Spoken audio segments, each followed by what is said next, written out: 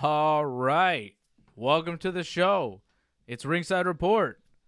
I'm Dave Simon. Fred Garcia is here. AJ DeLesio, not here. He's not here.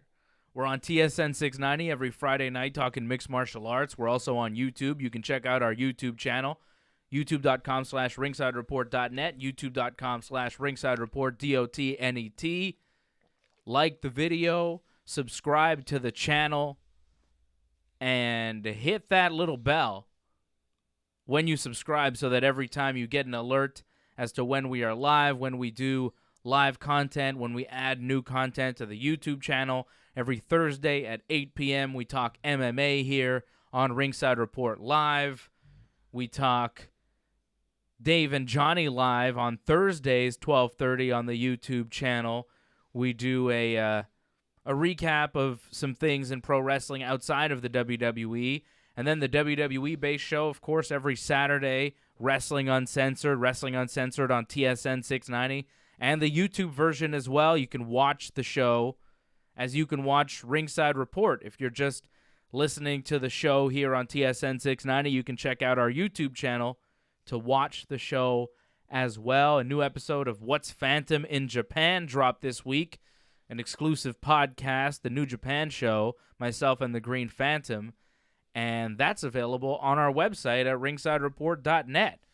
We have a lot of MMA to get to over the next hour or so here, Freddie.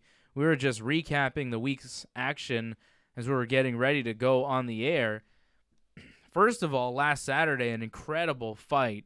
Henry Cejudo becomes the UFC bantamweight champion in one of the greatest title fights I've ever seen. It was an incredible contest. Cejudo was losing that fight in the first round to the point where it seemed like he was going to get handled. I mean, his legs were a mess from those kicks by Marlon Moraes. And Cejudo managed to get on the inside, stay away from the outside where he was getting kicked in the leg, and impose his will.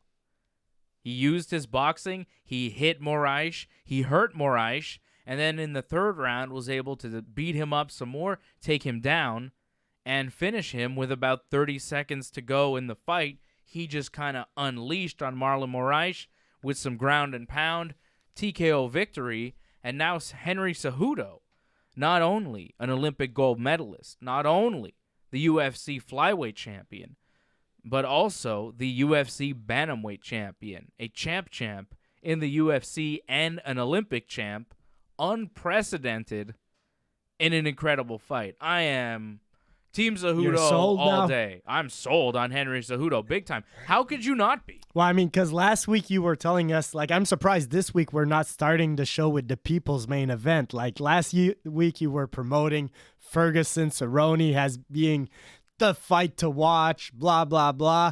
And this week you're starting the show with Cejudo. So, like, I got no problem. It was an incredible performance by Cejudo. You described it well. Tough start, but he battled through. The guy's an animal. Like, he's a beast. Like, a lot of fighters would have, like, completely backed down, stopped being aggressive. Those leg kicks were, like, massive. A lot of guys would not have kept putting pressure like Cejudo did. So Cejudo, much props for going through all the pain and winning. Amazing. Impressive way. Like what a come from behind victory. What a comeback by Henry Cejudo. Tremendously impressive. One of the most impressive comeback title fights I've ever seen. Like, I don't know if I've ever seen a more convincing round in the first round in a title fight and then see a guy come back and be able to finish it only about 8 minutes later. Like, very impressive, because Cejudo was not only, like, losing in the first round, it seemed like he didn't have an answer for Marlon Moraes. Like, his legs were just getting kicked, and he had nothing to do. Like, he had no answer for him whatsoever. And then his coach in between rounds, great coaching, told him, you got to stop getting kicked. You got to get inside. You got to get closer. You got to use your boxing.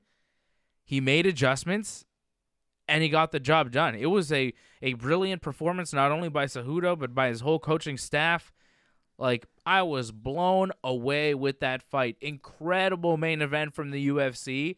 And yes, I will take it back. I will take back my words of last week. Even though Cerrone and Ferguson It was excellent also. It was great, and we're going to get to that fight in a minute. But, like, Cejudo's performance, what he did, and what he was able to accomplish. He showed he's a smart fighter. Like you said, he adjusted after the first round, which obviously he lost. And from there, he adjusted. So he's a smart fighter. He has a lot of experience. It took me some time to be sold on Cejudo. The first time he fought DJ, I felt like he got dominated. So the second time he fought DJ, I didn't pick him to be the winner. So I was surprised at that point. Then when he defeated TJ Dillashaw, I started going like, okay, this guy is for real now. Maybe he only needed a couple of those extra fights because he was still young the first time. He was young in the MMA game when he fought DJ the first time. So yeah. Now with more experience and all, Cejudo's he's among the best. You got to consider him pound for pound up there. He's an excellent fighter. It was very impressive when he beat Demetrius Johnson. And that was just amazing. Ending the run of Mighty Mouse Demetrius Johnson. And Cejudo won that fight. I would like to see them fight again. It is 1-1, like you mentioned. DJ finished him in the first round when they fought the first time, but Cejudo had only been fighting as a pro for about 3 years.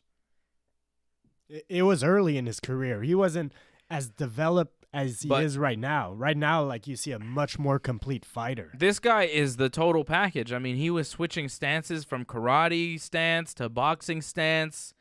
He's, of course, a world-class wrestler. He won an Olympic gold medal. No one has ever won an Olympic gold medal in anything and also been a UFC champion. Henry Cejudo, not only a one-time UFC champion, but now a two-division UFC champion. And people are asking the question, and Cejudo is proclaiming that he is the greatest combat sports athlete of all time. And if you look at the accomplishments, it's very hard to argue. I would say Cejudo is the greatest combat sports athlete that I have ever seen and of all time. Because you look at Olympic gold medal boxers, great boxers, sure, but they're boxing and then going into pro boxing. This guy was able to become a gold medalist in one combat sport of wrestling and then become a world champion in another combat sport of mixed martial arts. And of course, wrestling is part of MMA, and his background gives him an advantage, but he won that fight on boxing. Look, it's hard. It's subjective. I'm not ready to call him the greatest combat sport. Well, who's in the conversation? Like, well, I mean, is he greater than Georges St. Pierre? I know Georges St. Pierre doesn't have the amateur career before because basically that's what Henry has more than other fighters is he has a solid amateur career. And like you said, the first gold medalist to win a UFC title. So, yeah, he has that in his arsenal. I'm not willing to put him over guys like John Jones, who technically never lost, if you ask me. His only loss to Matt Hamill was like on a DQ. That was a little weird, you know? Sure. So, is he greater than John Jones or GSP? I'm not willing to say that. Well, I wouldn't say that Henry Cejudo is the greatest MMA fighter of all time. I don't think he's the greatest MMA fighter, MMA champion. I think George and John Jones, they're more in that conversation. But as far as combat sports and looking at all of combat, and I don't know, man, like the fact that he was able to win a gold medal and then also come over to the UFC, like I'd be saying this if you were able to win a gold medal in boxing and then come over to the UFC and become a world champion. Like, then you'd be in the conversation, you know? I'm talking about people that have accomplished things in one sport and then come over and done it in another. He's like the Bo Jackson or Deion Sanders of combat sports. And I wouldn't say that Bo Jackson or Deion Sanders were the greatest baseball players or the greatest football players of all time, but they were two of the greatest professional athletes to ever live. And that's hard to dispute. I mean, the guys both played professional baseball and professional football. That's very impressive to be able to be so good at two sports and play them both professionally. That's very impressive. And what Henry Cejudo has done as an Olympic gold medalist in wrestling, winning for the United States, and now winning this UFC title in two different weight classes, like not just winning one UFC championship, but now two. That's really very impressive. That's really impressive. And look, I'm not gonna take anything away that you just said. He's amongst the great for sure. I'm not gonna put him up before Jones or GSP, but he's amongst the great. And of course, he's a good athlete. Like if you go and become the best wrestler and then become the best MMA fighter in your division, like of course you got to be athletic. You know, like it's not something that anybody could do. You got to be a tremendous athlete, and Cejudo is amongst the best. But I'm talking about, you know what I'm saying? Like, I'm not saying he's the greatest decorated MMA fighter, but the most decorated combat sports athlete of all time. Like,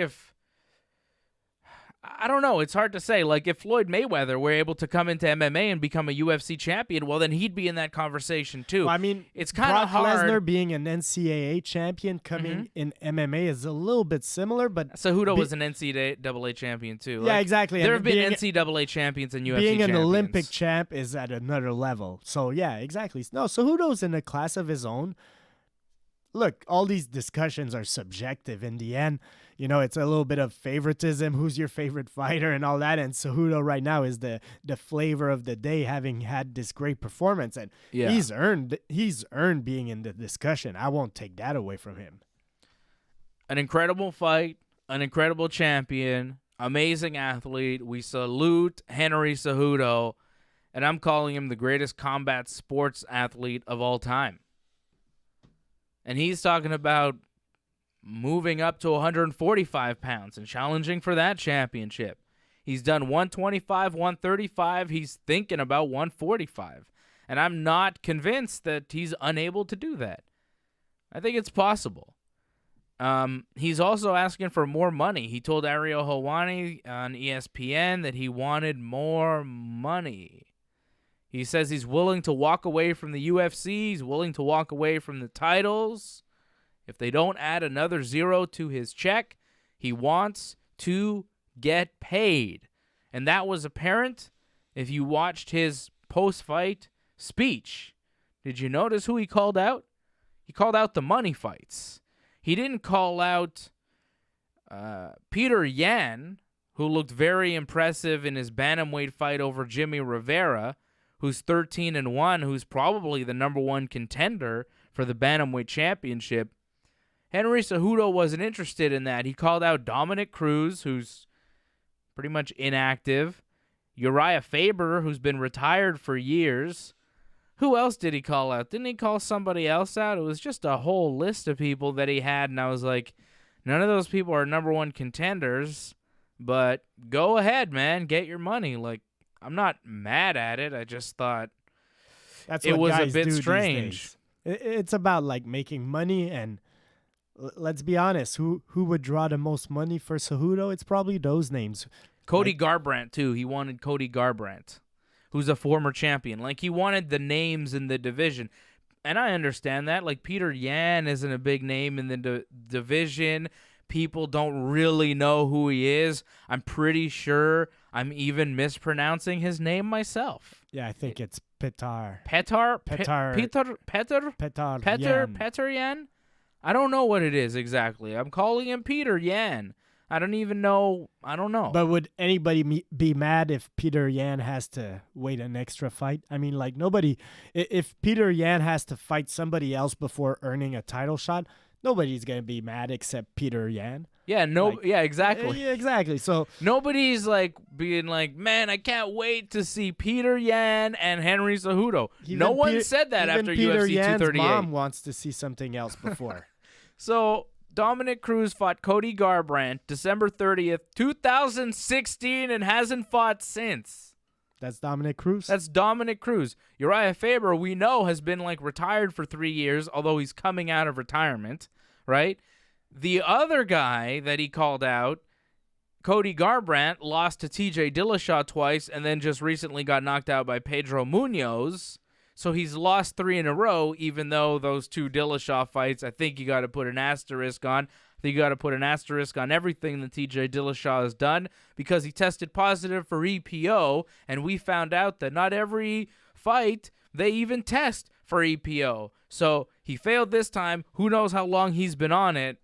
Garbrandt accused him of being on performance-enhancing drugs when they fought, and, I don't know. But, okay, so he lost to Dillashaw twice. He lost to Munoz. Garbrandt's still a name in the division, but he has lost 3 in a row.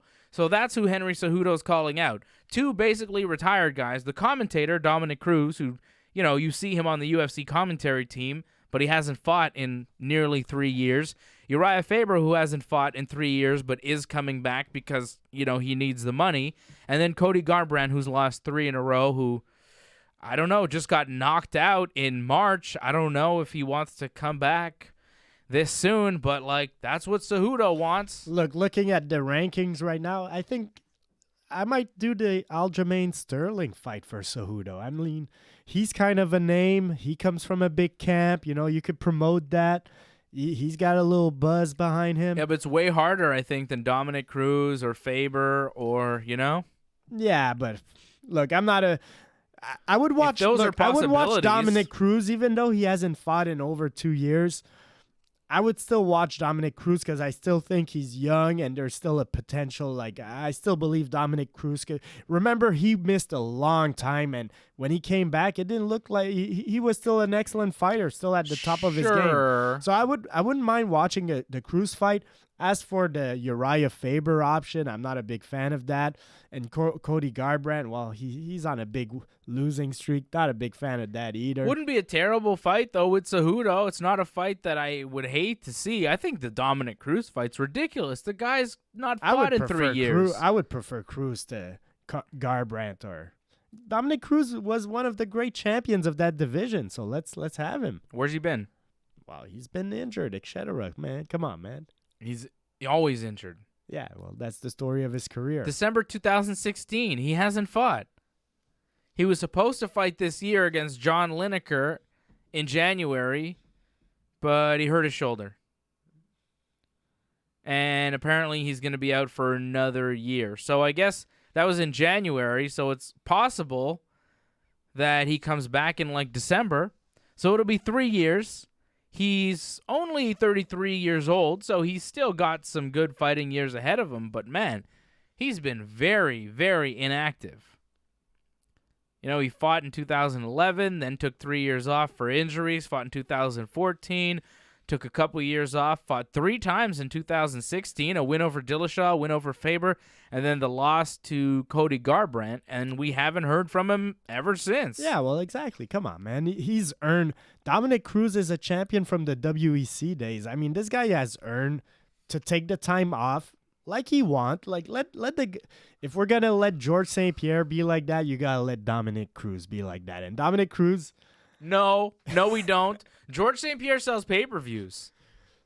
I'm just saying Dominic Cruz is a more interesting fight than Cody Garbrandt, who looked awful in his last fight, who got dominated twice. Well, the second time he got dominated against TJ, the first time he looked okay until TJ beat him. Yeah. So I'm not for Garbrandt. And as for Faber, I mean, come on, Faber... Faber's a joke. Yeah, exactly. I think we both agree Faber is a joke. And Garbrandt, okay, he's lost 3 in a row. And, I'll cut him slack because 2 of those were against Dillashaw. But he did just lose to Pedro Munoz. And even though Cruz did lose to Garbrandt in his last fight, it was 3 years ago. And you're right. Cruz or Sterling? You've convinced me. I'm giving it to Dominic Cruz. Dominic Cruz, you have won the Henry Cejudo sweepstakes. You get to challenge for the Bantamweight Championship next. Dominic Cruz, Henry Cejudo, that's going to get the official Ringside Report stamp Sign it, Dana. of approval. This is the fight that we want. I don't want to see Aljamain Sterling. You know why? Because it's the same deal as Peter Yan. If Aljamain Sterling doesn't get this fight, the only people that are going to be mad are Aljamain Sterling, Matt Serra, Ray Longo, and Chris Weidman, and John Vellante. Those guys are going to be mad, and everybody else is going to be like, who's Aljamain Sterling again? Don't forget, those guys are close to Dana. I'm just saying, who knows? Yeah, I mean, Aljamain Sterling might get the fight. It was a really impressive win. He beat Pedro Munoz. Pedro Munoz just knocked out Cody Garbrandt. Munoz was one of the top guys at 135 pounds. No doubt. Pedro Munoz, super legit. Aljamain Sterling handled him, too. Very nice performance on the prelim card. Good stuff for Aljamain Sterling, but, we could do with a Dominic Cruz fight first. Like, let's see Peter Yan fight Aljamain Sterling, Dominic Cruz fight Henry Cejudo, and the winners of those two fights fight each other. Makes sense. My first choice would be Cruz, and after that I say Sterling. I don't want to hear anything about Garbrandt. He's ranked right now number 7 from the UFC rankings. 3-fight losing streak. I don't want to hear Faber in the discussion. To me, those are the two names, Sterling or Cruz. Cruz being my favorite. I agree. I'm with you. You've convinced me. Look at these discussions we're having. What's missing on the show here? What's going on? There's something... Somebody crazy going that, I don't know, John Lineker deserves the title shot. Like there's cohesion going on here, Fred. It's almost like there's somebody that's not here that would ordinarily be throwing everything into chaos. Who are we talking about? I don't know. It's weird, right? Where's that guy? Whatever happened to that? Somebody Was there missing? a guy? Yeah, AJ's not here tonight. He'll be back next week, we think. AJ's on an excursion. He's doing more meat in the streets, I think, right? He's doing more. Starstruck. Yeah, AJ's doing more of his meat in the streets series. And maybe AJ will just stay meeting in the streets. I don't know what he's doing. Who Meet knows? AJ in the street. Yeah, you can meet AJ in the streets. You might see him back here at some point, we think. I don't know. It is Ringside Report. We're on TSN 690 on Friday nights, and we're on YouTube every Thursday night at 8 p.m. Whew, and I just had to take a sneeze break, but we are right back. We have to take a short pause here on the radio side. When we come back, we're going to get to that Tony Ferguson-Donald Cerrone fight. Is Tony Ferguson finally going to get a title shot? Is this what needs to happen? We'll settle it when we come back. And also... Valentina, I hope we're going to give her some love. Yeah, but we also got to talk about Tom Cruise versus Justin Bieber, the fight that apparently people are excited about. And then we will also challenge some old man celebrities. Stay with us. All right, welcome back. It is Ringside Report. Check us out on YouTube, youtube.com/ringsidereport.net, youtube.com/ringsidereport.net. We are live Thursday nights at 8 p.m. on our YouTube channel, Ringside Report Live, Thursdays at 8 p.m. You can watch that. You can also listen to us Friday nights at 7 on TSN 690. You can go to the website, ringsidereport.net, and you can watch Dave and Johnny live every Friday afternoon at about 12:45. Go to the YouTube channel, youtube.com/ringsidereport.net, like and subscribe.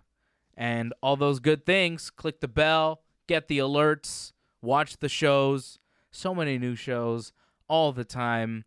I'm constantly podcasting, constantly working. We've got another episode of Wrestling Uncensored coming this week. Dave and Johnny live. So what is it about Johnny getting like heat from the Wrestling Uncensored world or something? I read. Oh, Johnny took some heat from the Wrestling Uncensored universe this week. Let me guess.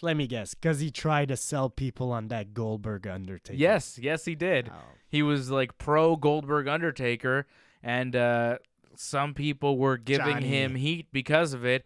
And that will be addressed. That's the AJ in you, Johnny. That'll be addressed on Wrestling Uncensored. That's the AJ in you, Johnny. I'm just saying. AJ is an influence of Johnny North. And one last thing on that wrestling, I just want to say, like, from what I read, it was super hot. Like, I don't know if you want these old guys, man. In Saudi Arabia. Like, you might have some serious health issues going on there. Yeah. It is serious. It's tough. My wrestling 2 seconds. Yeah, well, Goldberg and Undertaker was kind of a mess of a match. It was awful, and I mean, you might have something serious where a guy just has a heart attack at some point. There are a lot of doctors, and they're checked out, full medicals before the matches, but I agree with you. It was very, very hot. It was like 40 degrees Celsius ringside, and then they're working up a sweat, and they're 54, and they're big guys, and, But thankfully, that didn't happen. I do like the Stomping Grounds logo. Very nice. You logo. like the Stomping Grounds logo, the next WWE pay-per-view. Very nice logo. I think the pay-per-view is completely ridiculous. The name Stomping Grounds, I mean, come on. Just crazy. I like the UFC pay-per-view that happened on Saturday night. I thought it was very good. Like, the pay-per-view portion, solid stuff.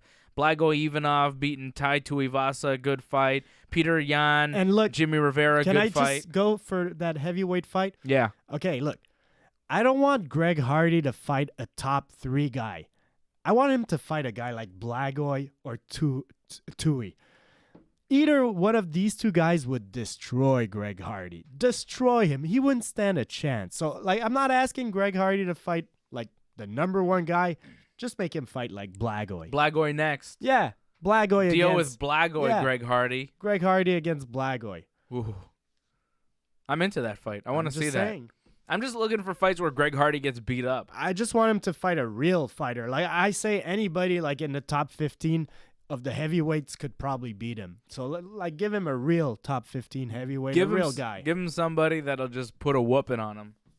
It's gonna be fun to see that guy get beat up. That's what came to my mind while I was watching. It was a very good fight still. Blagoy and Tuivasa. Yeah. Valentina Shevchenko, Jessica Ai. Ooh. Ouch. Ah.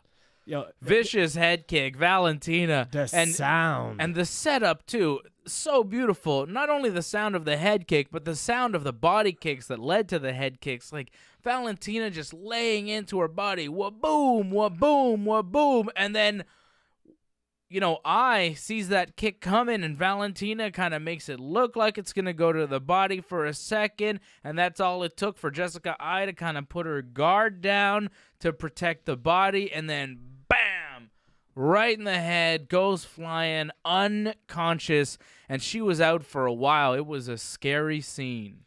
You talked about athletes earlier. We were talking about Cejudo. Valentina is an athlete. Like, this girl, she can move. You see it from her dance moves. You see it from her striking, from everything. Like, she's a complete martial artist, but she's also a very good athlete. And I'm going to go back to the sound. This sound, when you think about, like, the crowd, the coaches, everybody screaming, and you heard the bang of the head kick, oh, that looked painful. That looked seriously painful. It was so nasty, and it was scary. Like, she got cracked in the head, and she was down for a while. And props to Valentina. She knew it right away. The ref also, good job. Hey, it's a tough sport. We're watching that Valentina fight was a scary knockout. Earlier than the fight before that, we saw Cerrone. We're going to talk about that. His eye looked awful. Look, it's a tough sport. Unfortunately, we're going to have some of these scenes. Happy that Jessica Ai is okay after all. Yeah. So, I mean, these things happen. It's MMA, right? It's a dangerous sport. You're going to get kicked in the head. You're going to get knocked out sometimes.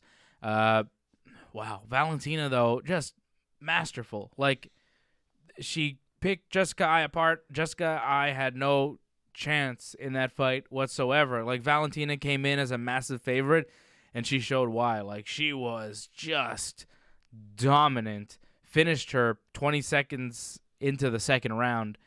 Took her 5.5 minutes to win that fight.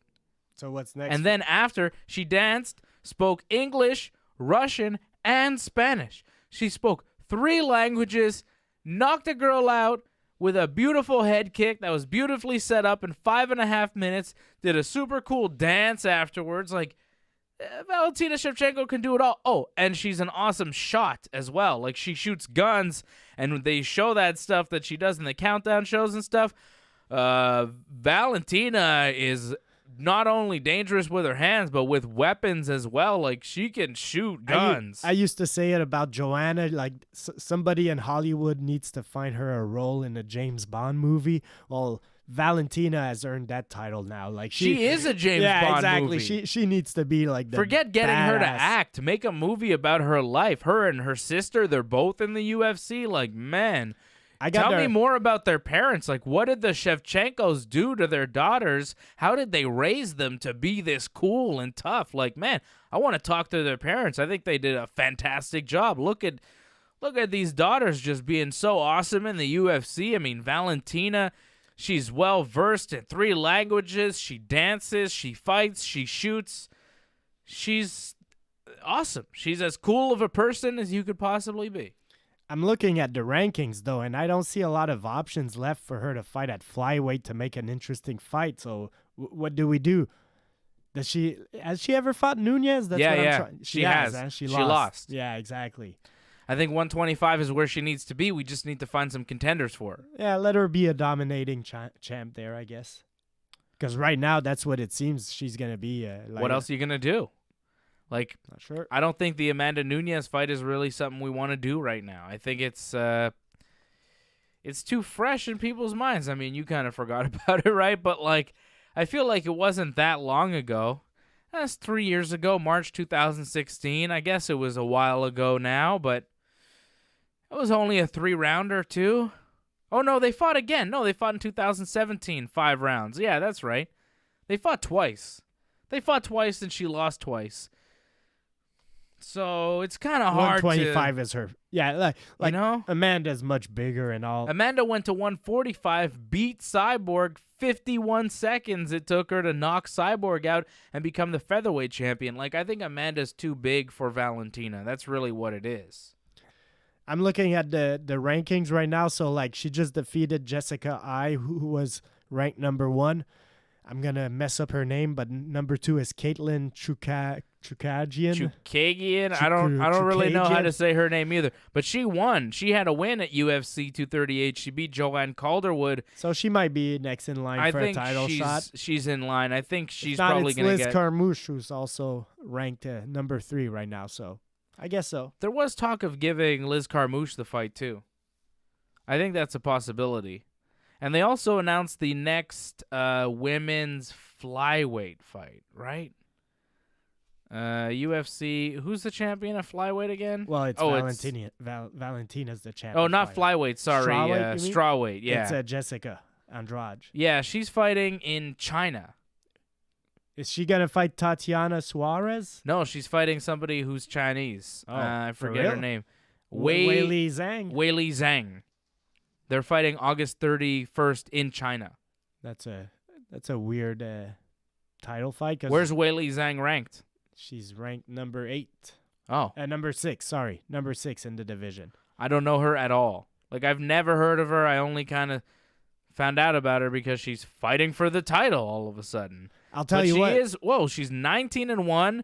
She beat Tisha Torres in March by decision. She's 3-0 in the UFC. I haven't seen much of her. But, hey, you're 19-1, and it is taking place in China, this card, so... Why not? Yeah. I'll tell you what, though. I was impressed with Tatiana Suarez earlier on UFC 238. She fought on the prelims. She won the 2 first rounds clearly, lost the third one, her cardio, but she brings a wrestling that we don't see often on the female side. Like, her wrestling is legit, Tatiana Suarez. I was very impressed with her. She's huge also. Big. Yeah, she's huge. She looked big for 115 pounds. Really big.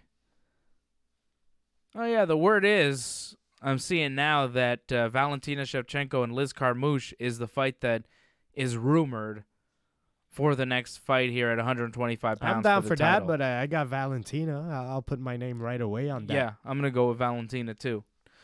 So, Tony Ferguson, Donald Cerrone. Let's get to it. So much action, man. Yeah, man. It was such a good card. It was a great card. Those 3 fights, though. The 3 main fights. Like, okay, Valentina and Jessica Ai, nasty head kick. It started with the Ferguson-Cerrone fight, which was wild. A crazy fight. The first round was really close between Ferguson and Cerrone. Like, it was close. I think Cerrone won the first round, but it was close. I thought Cerrone landed more shots, but maybe Ferguson's shots were more impactful.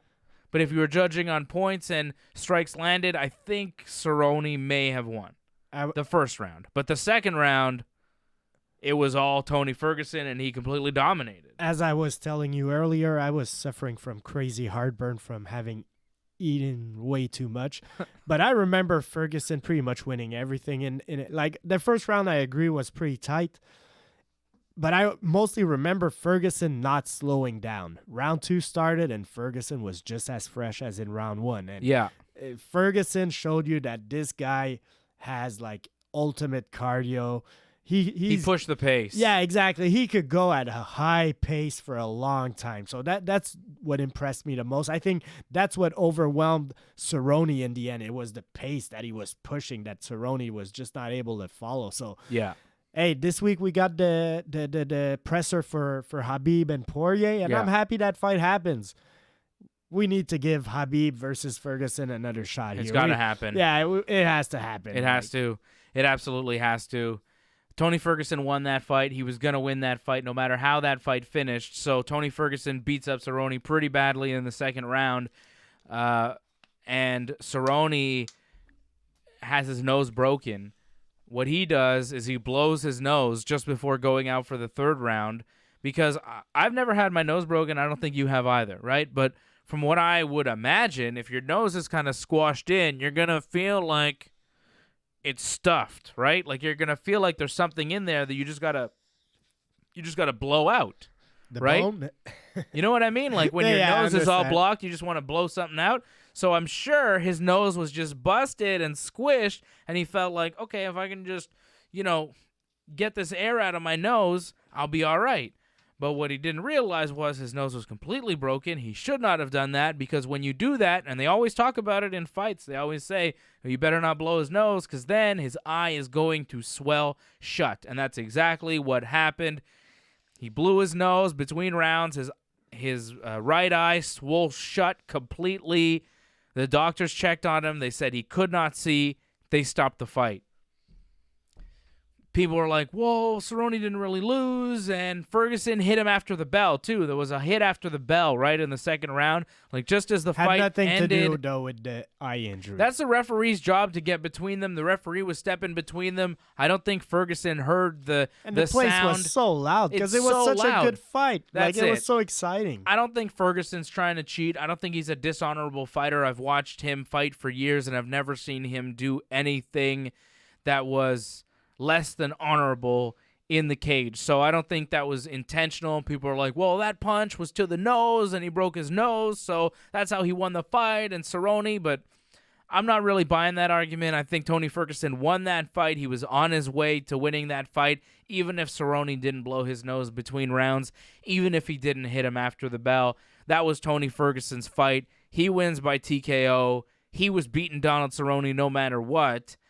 And now, like you said, it's got to be Tony Ferguson, Khabib Nurmagomedov. We have been trying to get this fight together. The UFC has put this fight together, I think, 4 or 5 times now. They have announced it. Things have fallen through. The last time they were all ready to fight, and Tony Ferguson tripped on a wire and hurt his knee. And this was like the week of the fight, so Khabib had to fight somebody else. The last time Khabib dropped out the day before of the fight because he couldn't make the weight. He couldn't weigh in because his body gave out on him. So Khabib couldn't make 155 and they had to cancel the fight. And then there was 2 other times when they announced it and it never actually happened because one guy got hurt or another. But like, okay, last time Ferguson got hurt. The time before, Khabib couldn't make weight. But the UFC has put cards together. They have made posters. They have made main events. Tony Ferguson, Khabib Nurmagomedov, twice. And the week of the fight, twice, it's fallen through. And people think the fight is cursed. But it is a fight that has needed to happen in MMA for many years now. And now more than ever it needs to happen. There's no more McGregor question. Khabib beat McGregor. McGregor's out of the way. The only thing that would screw anything up is if Dustin Poirier somehow beat Khabib. And then all of a sudden, well, I guess Poirier and Ferguson and, whatever. But nobody thinks that's going to happen. Nobody thinks that Dustin Poirier is going to beat Khabib. And, hey, I'd love to see it happen because nobody thinks it's going to happen. It would be a big shock. It would be a big shock. I think Khabib is going to come in as a heavy favorite. He's undefeated. He smashes everybody. Just beat McGregor. It's Khabib time. Look, last week you were saying, Ferguson, he was the interim champion. They took away the title. He never lost it. He has a claim to being the champ of the division. Khabib versus Poirier, whoever wins, I just want Ferguson to get the next title shot. Like, Ferguson needs to get his actual title shot to the real title of that division, because it's hard to believe he cannot win. Like, I mean, him against Khabib is a very good fight. Could go either way. But anybody will say, like, Ferguson definitely has a chance. Like, there's nobody you could put in front of Ferguson right now, and I would say, oh, he has no chance. Ferguson is among the best fighter, and definitely at 155, he needs to fight for that title. He has not lost in 7 years. He's won 12 straight fights in the UFC lightweight division. Who wins 12 straight fights in the 155-pound division in the UFC? It is the toughest division in all of mixed martial arts, and Tony Ferguson has cut through it like a hot knife through butter. He just smashed Donald Cerrone, finished him in 2 rounds. Took him 10 minutes to beat one of the greatest lightweights that the game has ever seen. He's beat former champions Pettis, Dos Anjos, Thompson, smashing everybody. And now it's time. It's time to make this fight. I don't know what you have to do to make this fight happen, but it has to happen. Ferguson has to fight the winner of Poirier and Khabib. No ifs, ands, buts, or Conor McGregor's about it. I don't want to hear from Conor McGregor, even if Poirier wins. And Poirier's like, show me the money now. I want to fight McGregor. No, you have to fight Tony Ferguson first. This is Tony Ferguson's belt.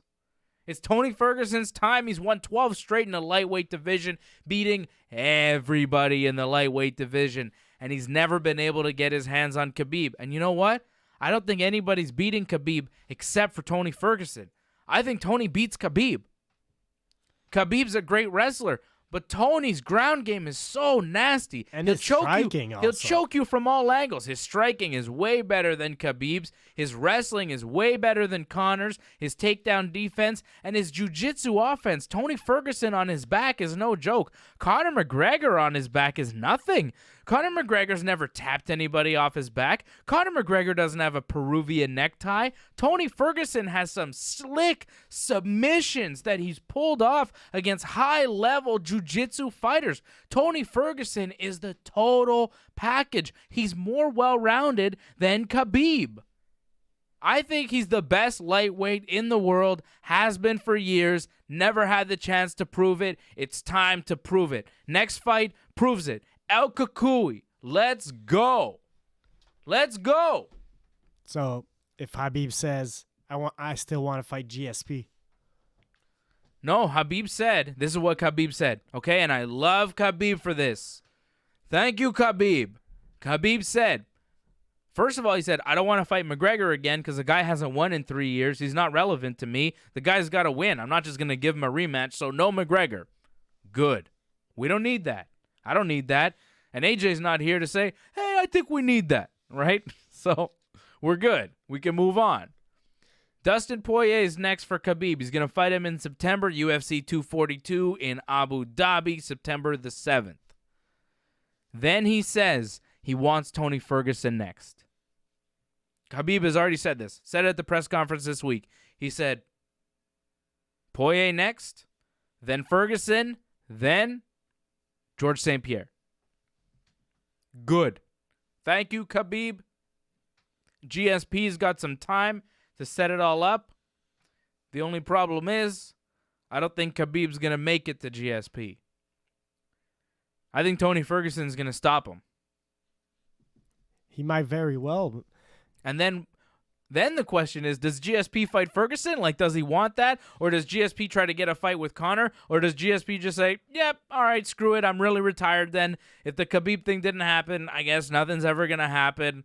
I'm out for good. I think if Khabib doesn't make it past Poirier and Ferguson, then George for sure stays retired because, I think he's more likely to be retired officially. Right now, I don't really buy that George is retired. I think the Khabib fight might still be out there.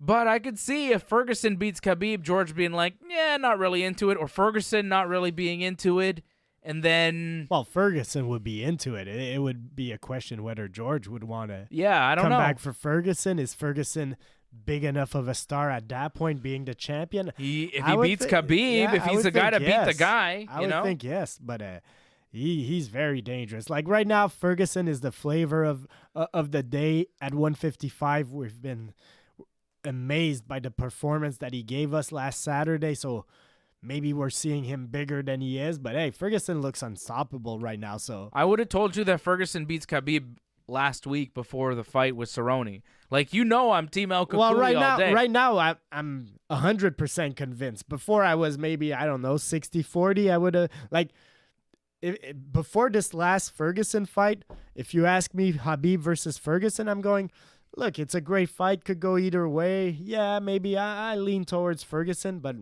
no. Right now, I'm picking Ferguson. Yeah, you're convinced. I am too. I have been, though. I have been for a while. I think Ferguson is just more versatile. He's got more weapons. I would rather GSP. So fun to watch also. Oh, let's be honest. He's so fun to watch. He brings it. He puts his whole heart out there. His whole being, his whole essence is in the cage. He leaves it all on the line. It's a beautiful thing to watch Tony Ferguson fight. The creativity, the viciousness, the violence, it's like an animal comes out of him. He is incredible. And the technique, like it's an animal with precise technique. It's beautiful. It's like watching a cheetah run through the jungle, like a big cat that runs real fast. You know how they run? They're just like so powerful and dangerous, and they have such precise movement. That's Tony Ferguson. He's a cheetah. He's a monster. And he is, I think, the best 155er in the world. And I kind of hope, because I love George St. Pierre and we do this show out of Montreal, I kind of hope that I'm wrong and that Khabib does beat Poirier and does beat Ferguson, because I think George and Khabib is more likely to happen, and also a better fight for George than Ferguson is. I think Ferguson is way more dangerous just based on the tools that he brings. Like, his striking could hurt George. Khabib, if he beats George, he'll just out-wrestle him, take him down, punch him a bit, and that'll be that. Tire him out with the wrestling and the out-grappling him. But Ferguson, like, he'll cut you. He'll break your nose. Like, he'll mess up your face like he did to Donald Cerrone. Like, Ferguson is a scarier fight, I think. Like, I'd rather fight Khabib than Tony Ferguson, because Ferguson will hurt me. Khabib will just wrestle me to death. And I don't mind getting tired. I just don't want my face all sliced up. I don't want to take the punishment where, my eye is messed up, my nose is broken, my jaw is dislocated. Ferguson does that type of stuff to you. Khabib, he just makes you so tired you just give up. He takes your will to survive away. He's just like, okay, I'm sorry, Khabib, let me go. Look, Ferguson brings a much more violent aspect, if you want to it. They're both dangerous. Right now, Ferguson would have to win the title, and after that, I'm sure George would reevaluate everything. If you ask George today, of course, like, Ferguson is not as interesting as Khabib, but that could change. Because of the McGregor factor only, though, right? That's the only reason why George St. Pierre might say, or maybe the skill set, well, if George wants to... George likes wrestling, and Khabib's a good wrestler, Yeah, well, Khabib right now is the matchup because he's the champ, and that would be a chance for George to make history beating another champ. If Ferguson becomes the champ, does George still want to do that maybe? Still history. No one has ever won championships in 3 different weight divisions in the UFC. GSP's got the chance to do it. He was a 170 king, won the title at 185, and it's possible. He says he can drop down to 155 if he really can. It would be cool to see him do it, whether it's against Ferguson or Khabib, because George is one of those guys that you can never bet against either, right? No matter how long he's been away from the sport, you can't really bet against George St. Pierre. He's the man. What are you going to say about George St. Pierre, the greatest of all time, right? One guy who knows that very well, I'm sure is reminded of that on sparring day quite often, Rory McDonald. He's fighting Saturday night at Madison Square Garden against Naaman Gracie. This will be a semifinal match in the Bellator Welterweight Grand Prix. So there is no UFC fight coming up on Saturday, no UFC show this Saturday, but there is a Bellator show. It's going to be on DAZN. So you got to buy that DAZN thing to watch this thing. And I currently do not have a DAZN subscription, but I might buy it for a month to watch this card because there's no UFC, and I want to see the main event of Rory McDonald, Naaman Gracie, and I also want to see the co-main event of Lyoto Machida and Chael Sonnen. Two veterans. Yeah, that's a fun fight. Two legends of the sport. Veterans, I think, is putting it nicely. I mean, these guys have been around forever. I'm going to take this discussion to somewhere else. Dana this week explained a little bit the Elias Theodoro release where he was saying, tell me when I was wrong, because basically he's saying, I want guys that are going to be in the top 5 and that are potentially going to win titles. And he felt that Elias was not going to do that. And he might be right on that point. At the same time, man, I like to have big names to my cards, and guys like Machida, Sonnen, Elias, and I'll name other guys like Rory McDonald, and there's a bunch of guys that, maybe Dana is right that these guys are not championship material no more, but there's still guys I want to see fight. So exactly, you give me this matchup between two veterans. Don't give me Anderson Silva against a young guy, which look, I understood because those were the options. But if Sonnen, if Machida, Machida's a partner of Anderson, so that wouldn't happen. But if Sonnen and Vitor Belfort and all these guys were still under contract with the UFC, well, then, you could give us those matchups. And, Dana, on the one hand, will tell you, well, Elias Theodoro's not in the company because I didn't believe that him or some of these other guys were ever going to become the world champion, and we're looking for world champions. So why does he still have Anderson Silva under contract? Why does he keep putting him in fights? He's not going to be a world champion anymore. BJ Penn hasn't won a fight in 10 years, and he's been fighting, once or twice a year for the UFC for the past several years. Uriah Faber, you really think Uriah Faber is going to come back and win a title at 40 years of age, 3 years removed from the game? And I mean, really? And winning a title should not be, and Dana's just lying again because... Of course, he's a liar. He's a promoter. It's what they do. Winning a title should not be the reason why the UFC has you under contract. It should be if there's something to be made with you, if there's fights to be made, if there's people that want to see you fight. And there's still people that want to see Chael Sonnen fight. There's still people that want to see Machida or Rory McDonald and a bunch of other guys fight. So I wouldn't mind. That's all I would say. You mentioned Anderson Silva. I wouldn't mind seeing Chael fight Anderson again at this point. And we just got a great UFC. UFC 238 was incredible. But let's be honest, some of these smaller cards, they're lacking a little depth. They could use a star or two more on those cards. Yeah. And I don't understand. Some of them the UFC will keep around, but others they're nah, not worth it anymore. I don't know. Anderson's 44. He hasn't been on a win streak since 2012. He still sells. That's the thing. Chael's 42. He's been fighting pretty regularly. He did get knocked out by Fedor in his last fight. Chael was competing as a heavyweight. Chael fought Machida before at some point, right? Have they fought before? Not sure. I don't think they have. He fought I'm looking Anderson at Chael's twice. record. Yeah, he fought Anderson twice. He fought Damian Maia. He's fought a lot of Brazilian guys. He fought John Jones. He fought Tito Ortiz. Fought Wanderlei, but he never fought Lyoto. Huh. Lyoto is a favorite, minus 330. Chael plus 270, the underdog. So the odds makers feel Lyoto's going to win. What do you think here, Fred? Chael's 42. Lyoto is 41. Lyoto, though, has won 3 straight. He won his last 2 fights in the UFC, Eric Anders, Vitor Belfort, and then he beat Rafael Carvalho in his Bellator debut last December. I'm going to go with Lyoto. I mean, he's more in his prime than Chael is, unfortunately. Chael is. Is he, though? Chael's kind of getting beat up and taking all sorts of weird fights. I feel Chael is really in his after career. Like he's far from the Chael Sonnen that earned those 2 title shots. Like Chael right now is definitely not. I'm gonna go with Machida. I feel confident on that one. I'm going with Machida as well. Chael used to be on a lot of performance-enhancing drugs, and now I don't think he's on so many. Wasn't Machida also?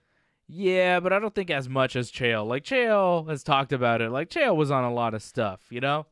I don't know what he's on now. Machida tested positive also. That's all I'm saying. Yeah, but you see the body of Chael Sonnen in his, like, glory days in the UFC and then his body now. There's a pretty big difference. Maybe Machida likes the sweets a little more. Chael lost to Tito Ortiz in 2017. Not like in 1998. Like 2017 he lost to Tito Ortiz. He tapped to a guillotine in 2 minutes.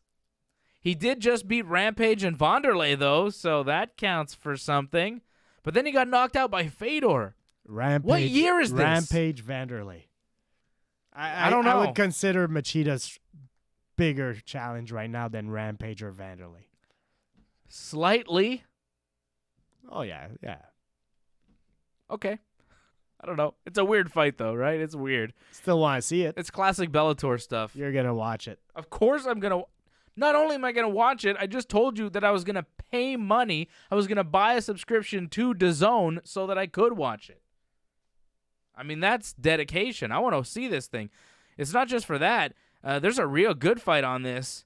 Darian Caldwell taking on Kyoji Horiguchi. Now, Darian Caldwell is the Bellator bantamweight champion. Kyoji Horiguchi is the Rizin bantamweight champion, a championship he won in Japan by beating Darian Caldwell in December. And that was Caldwell's last fight. Got submitted. So now Kyoji Horiguchi going over to the U.S. to see if he can take the Bellator title from Darian Caldwell. And I'm going to bet that he does. I mean, he just beat him about 9 months ago. Now they're fighting again. 6 months ago, really. Wasn't that long ago. They're fighting again. I'm going to go with Kyoji Horiguchi to win this fight. And somehow, he's the underdog. Plus 140, Caldwell minus 160 the favorite. What is the deal there? I think that's some money waiting to be taken. Let's play some bets. Can we get some action on this? Let's go. Does Mise au Jeu offer Bellator? I don't know. We got to check it out because that seems obvious to me. You fight 6 months ago, Horiguchi wins by submission. Why wouldn't he win this time? I'm not sure, but I'll just say this is a good card by Bellator.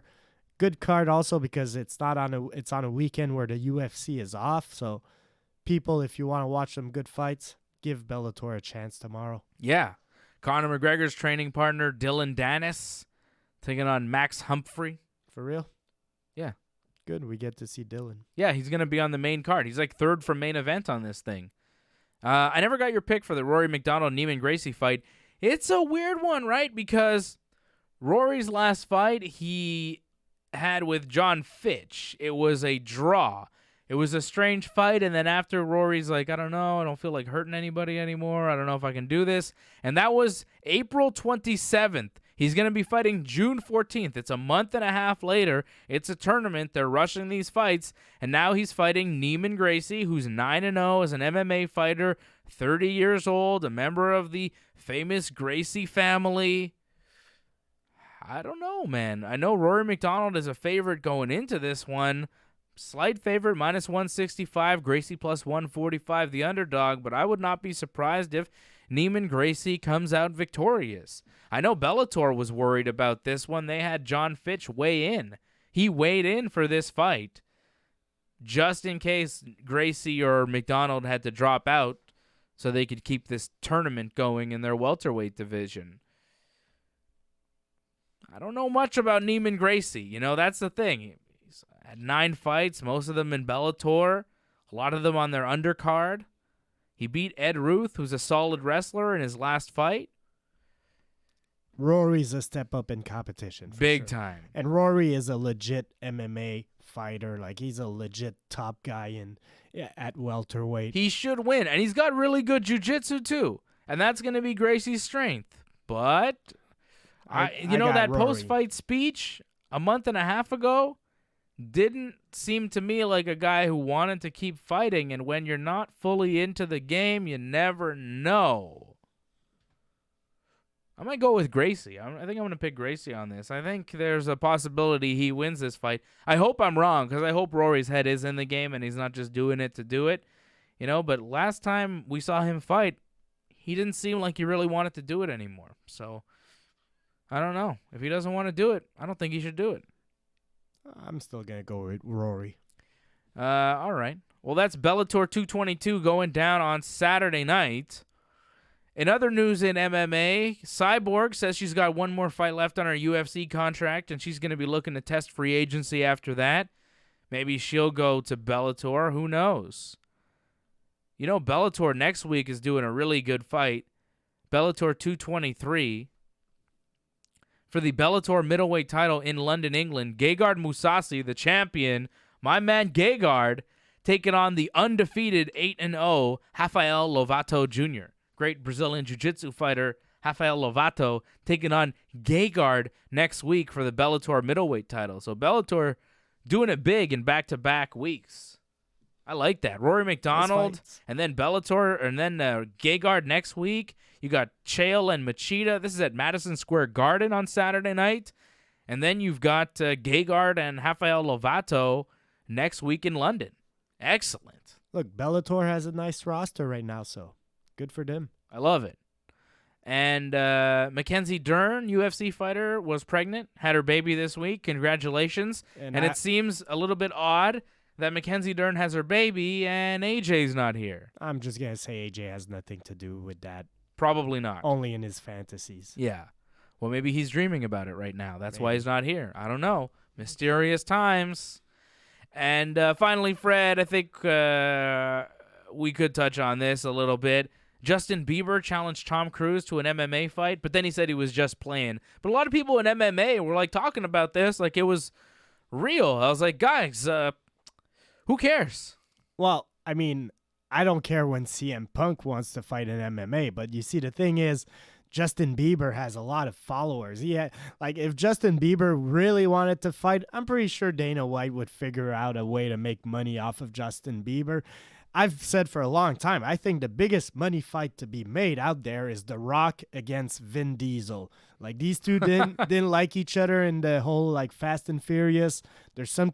They're both huge stars. The Rock is a bigger star. Sorry. Where's Vin Diesel now? Yeah, exactly. You crossed The Rock, and what happened to you, Vin Diesel? So The Rock gets jabroni. The Rock gets 85% of the cut. Vin maybe 10 and Dana 5. Vin needs to know his role and shut his mouth. Exactly. But hey, you do a pay-per-view of The Rock versus Vin Diesel, that's selling 20 million pay-per-views. Yeah, that'd be massive.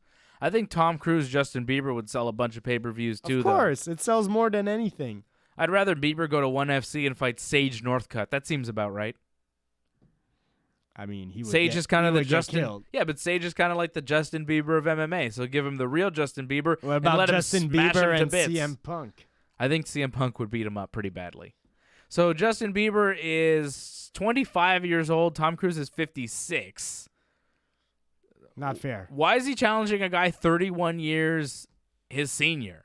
It's a bit odd. Same reason Cejudo's challenging Faber. So I guess, right? For the money?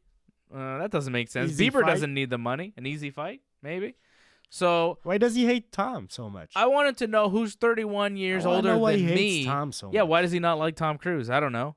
Maybe he's anti-Scientologist and it's some sort of stand that he's taking. I don't know. So I figured out, I looked up some celebrities that were 31 years older than me and 31 years older than you, so maybe we could find a potential opponent. So I would have to fight guys like Bruce Willis, Denzel Washington, Kevin Costner, or Rowan Atkinson. You know the guy who was Mr. Bean? I think I could beat up Mr. Bean. Yeah, you could beat up Mr. Bean. I think I could take Mr. Bean. Tell you what. What about Bruce Willis though? I think Denzel. You're not beating up John McClane. I think I'm taking up I think Denzel. No, I'm beating Denzel. Not training day Denzel. Well, he's not training day Denzel anymore. Training day Denzel beats you up, man. Yeah, but that was in '98. Okay, maybe in '98 Denzel beats me up because in '98 I was about 14. So okay, sure. But now, 2019 Denzel versus 2019 me, I'm smashing Denzel. But I wouldn't do it because I respect him too much. Kevin Costner, Field of Dreams, too much respect. Bruce Willis, I never really liked Die Hard that much. Man. I don't really care. I would smack the hell out of Bruce Willis. He'll throw you out Easy. of the building. I would destroy Bruce Willis. I'm just saying, Bruce Willis, I challenge you to an MMA fight.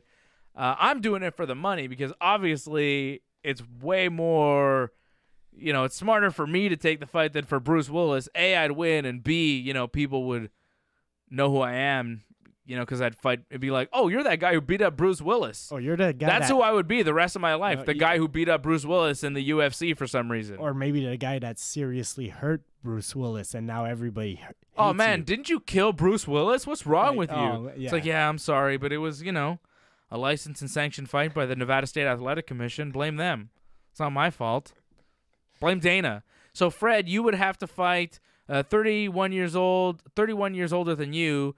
I looked up some guys, some celebrities that are 31 years older than Fred, and they include United States President Donald Trump, who, I don't think you'd want to fight because you like him and respect him too much, right? No, that's not true. A lot of former presidents actually are 31 years older than you, which is kind of weird. Great. Because they're all the same age.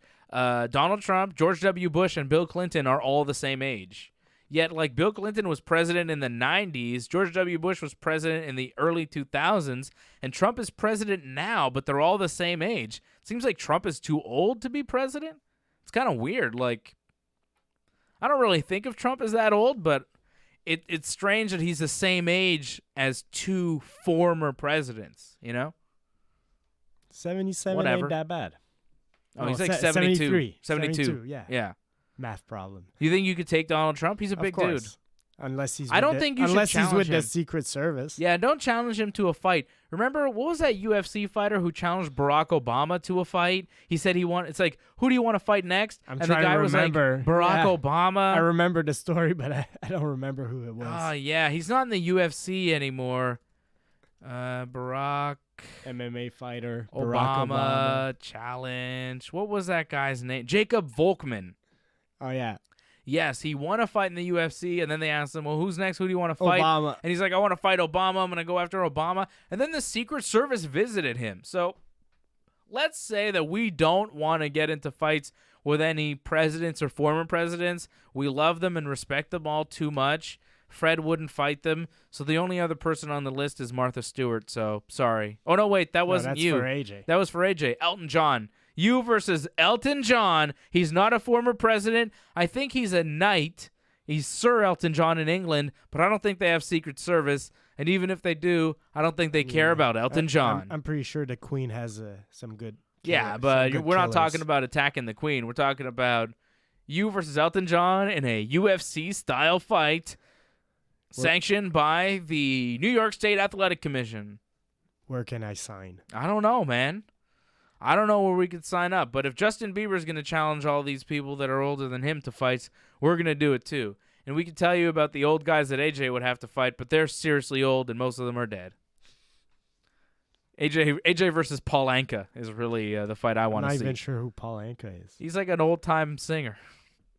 And we don't even know who Paul Anka is. That's how old the AJ celebrities are. AJ, we miss you. Come back soon. We hope that everything went well on your excursions and your meets in the streets. We hope that you meted a lot of streets or whatever you're doing. Maybe we'll hear more from the AJ Meet in the Street series next week. In the meantime, subscribe to the YouTube channel, youtube.com/ringsidereport.net, youtube.com/ringsidereport.net. You can watch this very program, Ringside Report, on the YouTube channel. You can watch Dave and Johnny Live, a YouTube exclusive show every Friday at about 12:45 in the afternoon. Johnny North and I go live. We talk professional wrestling. We talk about 90 Day Fiance. We talk about all sorts of different things, and that is every Friday afternoon. Wrestling Uncensored every Saturday. Check out the show on YouTube, and of course you can listen to it on TSN 690, which is where we are every Friday night with Ringside Report Radio. We're all over the place. You can also check out my other show, Irreparable Damage. I don't usually plug it, but I just did. Go to my Twitter for more info on that at Dave Simon MMA. Follow Freddie on Twitter at Freddie MMA. RingsideReport.net is the website for all the info on everything. A new website launching very soon, right? Yeah, new website launching soon. RingsideReport.net. For Freddie, I'm Dave. Thanks to Jimmy and Marco at TSN 690 for helping us out. And a big thanks to you for watching and listening. This has been Ringside Report. Yeah, so that's the end of the radio portion of the show. This is the Ringside Report post-show. Welcome to it. It's the Ringside Report post-show. Fred, what's going on, man? How the Raptors doing? They were up 2-0. 2-0. Just started. Big game. Big game tonight. This is where we talk about things, outside of MMA, outside of what we covered on the Ringside Report proper show. Just a little bit of a post-show, a little bit of a recap. How do you think that show went without AJ, Fred? I think we had a great show, but this is not our first rodeo without AJ. No, the show went on for years without AJ. Exactly. We've done it before. We were on for years without AJ. AJ's only been on the show for like a year and a half. Freddie and I are used to this. His first vacation in a year and a half. It is his first. Yeah, it's one night off in a year and a half, When's the last time I missed a show? I don't know. I don't think it happens. I don't think there is a show without me, right? Well, you used to go to Nova Scotia, but ever since you're a dad now, I don't think you've been there. I think we're going to go this summer. We may take a brief hiatus this summer. That's an exclusive. What dates? No one's heard that. I don't know yet.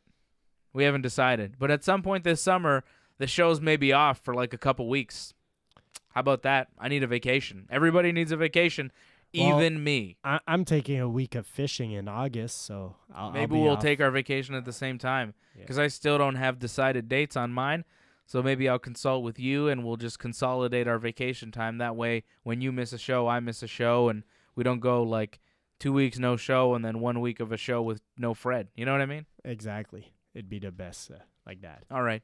Raptors were up 11-2, 11-4 right now. Whoa. Starting good. And if they win this, they win the NBA championship, right? Did you see on Peel how many people were there? I think they said like around 2,000 people. Because last week was the F1 in Montreal. And basically the merchants on Peel asked the city, can we have like an extra day of the street being closed? And they had like last Monday, the game of the Raptors was on giant screen. Well, the screens, that was the main complaint. I read that the screens weren't that big and a lot of people couldn't see the game. But there was like 2,000 people there on Peel Street just for... cheering for the Toronto Raptors in downtown Montreal. It's kind of weird. It was a nice scene still. Having all those people, it looked like a nice scene. Jurassic Park, Montreal. Yeah. I don't need to go downtown to watch a basketball game. A lot of people like that, the atmosphere and the crowd and everything. It's cool. I guess it's not for me, but it's cool. Like it's cool to see the support for the Raptors, I guess. I don't know if I'm cheering for them necessarily to win. I'm interested to see if they will win, but if they do win, I don't think I'll feel much joy. Like I don't really care. Like I'm not a Raptors fan. You know what I mean? Like I'm not a fan of the team. I don't really watch basketball. I'm not going to pretend like I am a fan, but I am interested to see what happens because everybody's so invested in it. You know what I mean? Like everybody's kind of paying attention. Everybody's watching it. So I'm like, I'll watch it too. I'll see what happens. And it is good. Like I don't hate basketball. I do like... I like the game. I think the sport is very good. I just don't follow it because I don't have the time. And I also don't care enough to follow it. Like, I like the game. It's all good.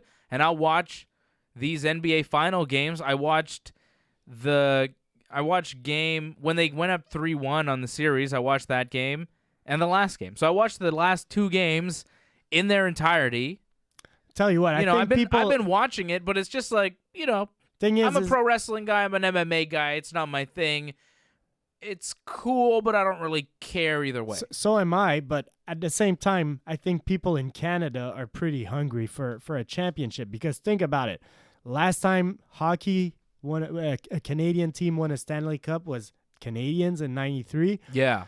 Last time the NBA never happened. We never won a championship in Canada. Mm-hmm. And in baseball, we got to go back to 93 also. The Blue Jays, for the Blue Jays, 92 and 93. So, hey, Canada is hungry here for a championship. That's true. Canadian sports teams don't do well. Nope, it's been awful. Like when you think about it. GSP is the only person that's won a championship at the Bell Center. So basically 93, that's 26 years without having won a Stanley Cup in Canada where that is a crazy stat. Yeah, I mean, people love hockey in Canada, and it's been 26 years since there's been a Stanley Cup in Canada, and then what was it, last night there was a Stanley Cup decided? St. Louis won. They beat Boston. I watched zero hockey. Me neither. I watched zero hockey all year. I didn't watch a single hockey game all season. I don't watch hockey, and I don't really like. I like basketball more. I like the game way more than hockey. I don't really. Hockey doesn't move me. Like, I get kind of bored watching hockey. I don't know. Like, I know it's very popular. A lot of people like it, especially in the city we live in, right? Montreal, Quebec, Canada, it's, like, massive. It's the biggest thing going. But, like, it's not for me. I like American TV, so I follow whatever they follow. And, unfortunately, hockey is not very big over there. It's not high up on the pecking order there. You know, it is what it is. It's okay. It's okay. I'd like to see the Canadians win because that would make people happy in the city. I know I have a lot of friends that love the Canadians, and I know a lot of people that watch the show, they live and die by the Montreal Canadiens, So for them, I'd like them to win. For the Raptors fans, I know there's a lot of Raptors fans out there, and I'd like them to win for all of you.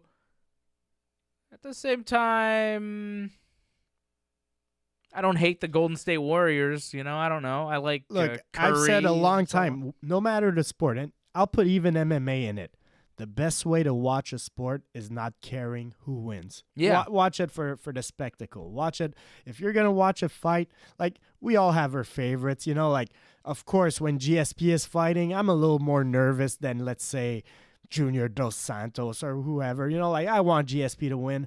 But in the end, if he doesn't win, it's not the end of the world. So don't care who wins that much. Just watch the spectacle. That's my way to watch sports. Yeah, I agree. I agree with that 100%. Except when it comes to the Yankees, I root for them. Or wrestling.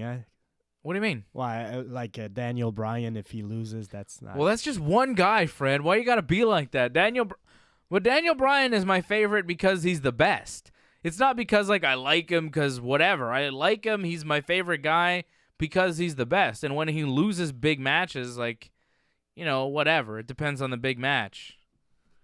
He's doing well now. Tag team champion with Rowan. The planet's champions, Daniel Bryan.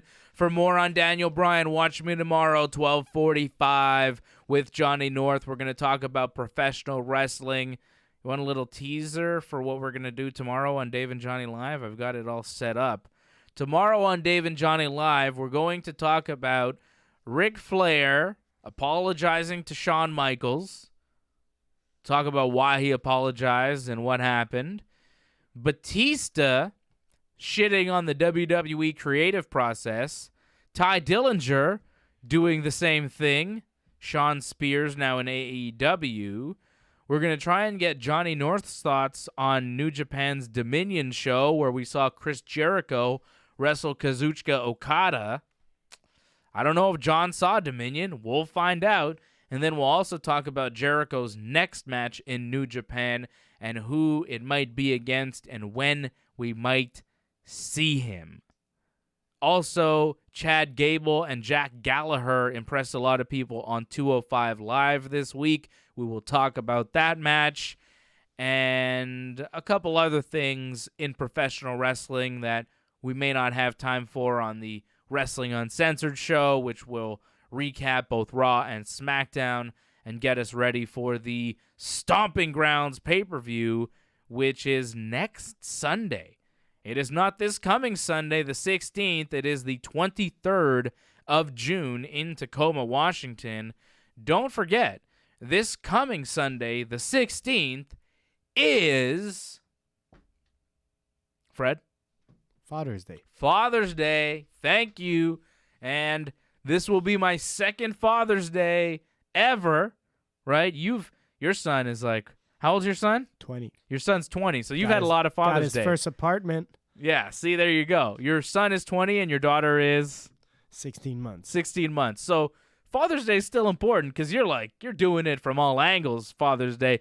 But you've got like 20 years of Father's Days, so it's not that fresh for you. My son's 2. It's new for me, man. This is my second Father's Day, so I'm like hyped about it. I'm ready for my father, and be ready for your fathers this coming Sunday. This is a reminder from one dad to all the kids. Don't forget your father.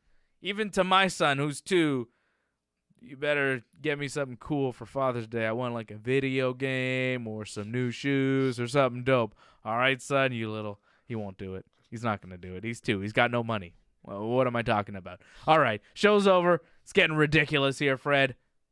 We'll see y'all later.